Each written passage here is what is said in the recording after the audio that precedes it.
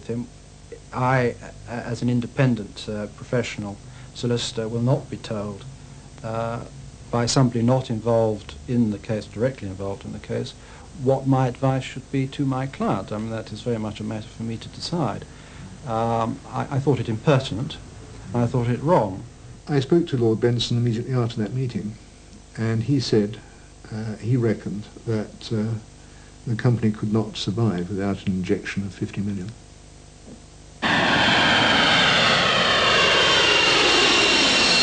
In 1981, a growing recession helped Laker's enemies as the pound tumbled against the dollar. Laker's expenses were in dollars, his income in pounds. As the fare cuts decimated his passenger loads, he held crisis talks with his bankers in an attempt to reschedule the loans on his planes. The Midland Bank and its merchant bank Samuel Montague headed the rescue attempt. They eventually told Sir Freddie they had a deal. The Airbus people wanted us to sell the DC-10s, the McDonnell Douglas wanted us to sell the A300s, all went on it. And in the end, we'd got all the financing fixed and everything was done. And Samuel Montague, a fellow called Mackintosh, I think, he rang me and he said, well, now it's all done, I think you ought to put out a press release. And this press release is Christmas Eve 1981. And I said, but I've got a better idea. I said, why don't you put out the press release? So he said, why? I said, well, if it comes from you, and if you can put in the press release that has got the Bank of England support, I said, it's much better for you to do it than me, because the people need confidence. Looks tonight as though Sir Freddie Laker may have reached agreement with his bankers on rescheduling the £200 million he owes them. The two sides have been meeting all day in London, with the Bank of England playing an active part. The deal required Laker to sell his Airbuses to reduce his debts. His dream of cut-price air travel in Europe was fast disappearing. However, when Laker's team approached the lending banks to finalize the details of the rescue package, they got a nasty shock. When you contacted the lenders in question, they said they had not heard from Samuel Montague. That's right. Did that arouse your suspicions at all?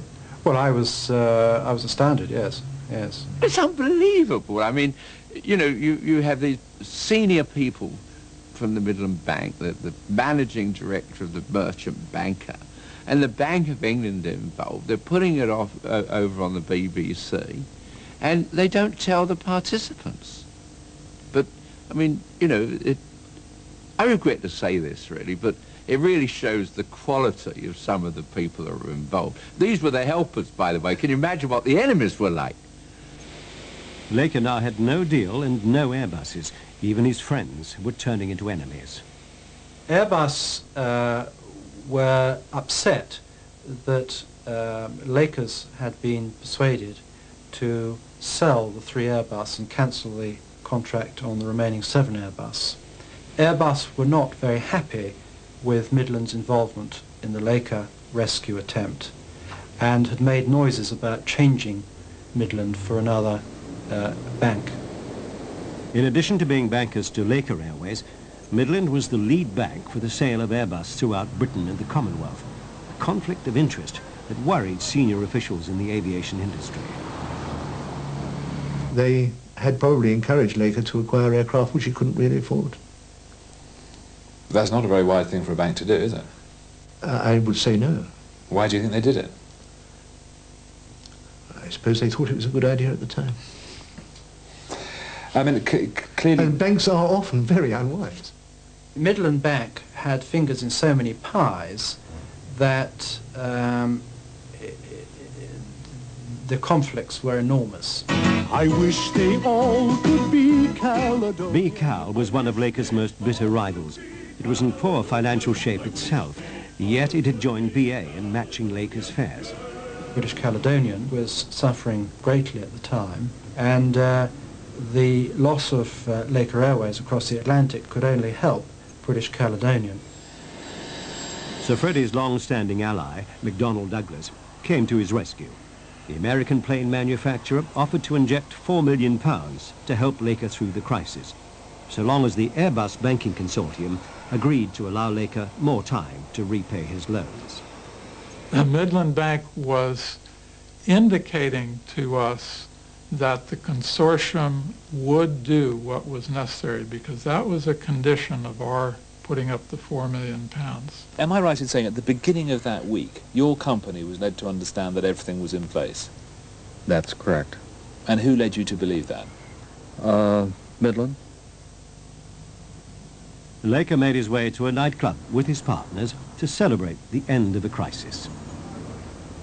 There's a tap on my shoulder, and I looked round, and there was Freddie. He said, "Johnny, stand up and give me a hug."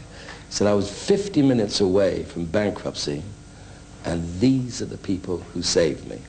And standing behind him in the doorway were 5 people, I think it was 3 men and 2 ladies, from McDonnell Douglas, from a bank and from an accountancy firm. He introduced me to all of them, and they then came and they sat at their table. Freddie says, "We're going to have bangers and mash and Krug champagne." The next morning, Laker briefed the press before taking Concorde to New York to make a Laker Airways commercial. He believed his airline was safe at last. 25.